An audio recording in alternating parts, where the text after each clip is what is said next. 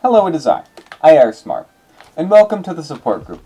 If you're here, it means you're like me, and you're down bad for Twileks. Now you see, I brought this group together so we can learn a bit more about Twileks and work through this problem together. So I'm I are Smart.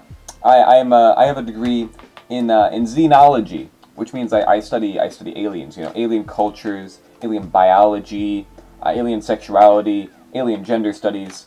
I don't really use the last one, but it looks good on resumes. So I'm well versed in aliens, and that's what we're going to be talking about here today, the Twi'leks from Star Wars. So first of all, we need to define what the Twi'leks are, and then we can start to figure out why it is that we're all so down bad for them. So Twilights appear in Star Wars.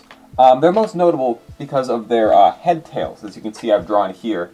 So you see they have these tails protruding from their head, and they're called head tails. They're specifically known as leku, is what they're called.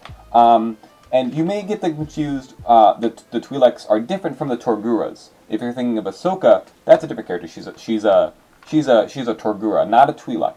You see, Torguras have two head tails in the front and one in the back. It's a bit different. It's a more rare species. The Twi'leks are a bit more common. If at this moment you're realizing, oh wait, I might be in the wrong support group, I'm looking for the down bad for Ahsoka group, I'd like to please ask you to leave. Also, I'll be calling the police. So the leku are what define the Twi'leks. It's their most notable trait. The other most notable part about them is their brightly colored skin. So you see, we as humans, we really only have light to dark. It's really just a scale. Twi'leks can come in all sorts of different colors, you see. They can come in blue, green, purple, some are yellow. Some have more of a lighter skin color like humans do. But we more see the brightly colored ones. They're more common. But even you can get some more rarer ones like pink and red. They do happen every once in a while. But still, often you see green and blue as the most common colors for Twi'lek skin color. So all Twi'leks have two head tails, except in some rare occasions they can have more. An example would be Unfritar, a senator from Ryloth, which is the home planet of the Twi'leks. He's the senator. For whatever reason, he has an extra two coming out of the front. Don't know why. I guess just because he's fat, he has more head tails. But anyway, you're not really interested in him. You're interested in the female Twi'leks, like I am. So why is it that the Twi'leks are so attractive? It's a bit of an interesting question that I'd like to try and delve into and see if we can get to the bottom of this question of why it is that Twi'leks are so attractive. So first, we have to look at the first appearance of the Twi'leks. You see, they first appeared in 1983's Return of the Jedi. That's where we first saw them. The very first Twi'lek to appear on screen was Bib Fortuna, a male Twi'lek, and he's Jabba the Hutt's right-hand man. He essentially, does all this stuff for him. So he doesn't really say much. He speaks Huttese, so we don't really speak English. It depends. Most speak Basic. Most Twileks do, but a lot of them do speak Huttese as well. But that's also just because it's a common language in the galaxy. But most will speak Basic. But anyway, Bib Fortuna is the first one we see. He has pointed teeth. This is believed to be something he did personally. He just got his teeth pointed for some reason. I mean, I guess he worked for Jabba. He's got to look scary. But that's not like a common trait for their species. That's something specifically to him. So most Twi'leks will have normal teeth. Also, interesting enough, he has human-looking ears, whereas most female Twi'leks have pointed ears. Some males as well. It's just sometimes it differs. They have more pointy ears. It's a strange thing that happens. Don't really know why, but some have human ears, some have pointy ears. Anyway, the next time we saw Twi'leks was also in Return of the Jedi, and we saw the dancing girls for Jabba. There was a blue one and a green one. I don't remember the name of the blue one. I don't think she has a name, but she was just there in the background. The green one, though, is named Ula, and she tried to resist against Jabba, and Jabba threw her into his pit, and she was eaten alive by the Rancor in a very gruesome scene. However, this scene does set up well for the scene later when Luke shows up. I'll go on a little sidetrack here, because fun fact you may not have known. The scene where Ula actually falls into the Sarlacc pit and we actually see her in the pit originally was not in the theatrical release. That was a special edition change. And honestly, I think it is one of the better changes, because it gets more, it adds more excitement to that scene when Luke has to finally see the big reveal of the Rancor. Because we, see that this something just eat Ula alive, and we have to wonder what it was. And also interesting was they got the original actress. They brought her back almost 20 years later, and she was able to put on the costume and all that, and you can barely even tell she doesn't even look different. So I find that a very interesting fact. Anyway, then after this, Twi'leks would make many more appearances. In some of the expanded universe stuff, a lot of writers would take Twi'leks and have them be characters And it was around this time that the lore of the Twi'leks would start to develop. That's where they got their name, the Twi'leks. I don't remember exactly who coined the term first, but it eventually became canon. And then the interesting thing about the race was that it was determined that they were a popular slave race. Because of their appearance as dancing girls for Java, it was kind of assumed that that must be a common thing for their species. So, many Twi'leks are unfortunately sold into slavery, which is often sexual slavery, because, I mean, look at them.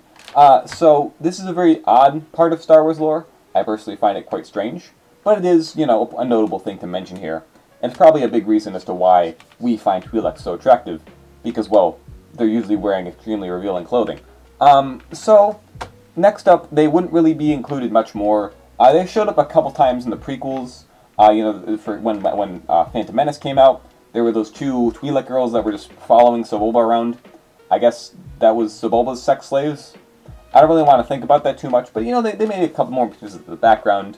In episode 2, we got the appearance of Aayla Secura, a Jedi High Council member, and for whatever reason, she wears extremely revealing clothing. You may be asking why this is, and where her character came from. Well, her character was in a comic, a fan comic or something like that. Anyway, George Lucas saw this comic and said, wow, that character is cool, I'm going to put her in the movie. If I'm not mistaken, the reason her outfit is so revealing is because the original comic, she was wearing a disguise, but for whatever reason, George Lucas just made that her official Jedi robes, where, you know, it's very exposed. Yeah, and she doesn't ever actually say anything, or really do anything, until the Clone Wars, where they add some depth to her and give her a sexy French accent, which also seems to be a common trait among Twi'leks. But not all. Not all Twi'leks have sexy French accents. It's just pretty common. And, I mean, come on, sexy French accent. Like, what's not to love there? So, she's an interesting character, Aayla Secura, that really doesn't do much besides look hot, which is kind of a shame. I honestly would like to see more of her character. Well, I mean, obviously I want to see more of her character, but I want to see her character, like, actually do something other than just be hot. So, I hope they do something with her in the future. She was unfortunately killed during Order 66, and they shot her, like, a lot. Like, a lot. Like, the clones really could have just, like, chilled out, but they shot her many, many times. So, I don't know what that was all about. Maybe they all, like, asked for her holo number and she turned them down, so maybe they were just all really mad at her. I don't know. I guess that could be an explanation. The next notable Twi'lek I'd like to mention and highlight is a character called Darth Talon. So Darth Talon is an expanded universe character, written by, you know, not George Lucas, not created by him. And the great thing about her character is that she, well, her outfit is somehow more revealing than the Slave Leia bikini. So I don't really know much about her character. Nobody really, I mean, you can get into it, but nobody really cares. We all just like her because she's hot. The thing is, it's interesting though. She has these tattoos all over her body. It makes her look kind of like Darth Maul. But remember that they are separate species. So the tattoos are a nice accent. They're interesting. I guess that's maybe some, like, explanation as to why she's so revealing. She wants to show off all those body tattoos. I guess, sure. But she's a dark side user, you know, after the reign of the Empire, after that time. And originally George Lucas saw the character and said, wow, that character's hot. He did the exact same thing with Aayla Secura and was like, I like that character. I want to put her in something. And so, originally his idea he pitched to Disney for his sequel trilogy, he wanted Darth Talon to be the major antagonist alongside Darth Maul. However, that didn't happen. So, yeah, there's a lot of people who still want that to happen. I don't think it would have went over well, because the only reason the character exists is because she's hot. So, yeah. But thankfully, this over-sexualization of Twix has kind of tapered off a bit. It doesn't happen as much anymore. It still is a notable thing that happens, you know. You still see Twileks in revealing outfits and whatnot. But it's a bit changed, thankfully, due to the animated series. In the Clone Wars, we got a great couple of arcs really early on that showed the clones helping to liberate Ryloth from the Separatists. It was a very good arc. You know, we got to see a lot of stuff about how there were the freedom fighter Twileks fighting to save Ryloth. There was a lot of great things, and it really just added some depth to this race, other than just, wow, they're hot. So it was very interesting there, and then also it got expanded more. Also, they touched on this in the Bad Batch, kind of continuing that arc, and set up Hera, who was in Star Wars Rebels. Now, Hera's a great character because, well, she's an actual character, unlike previous examples of Twi'lek characters. She's she actually has motivations and emotions. Whoa.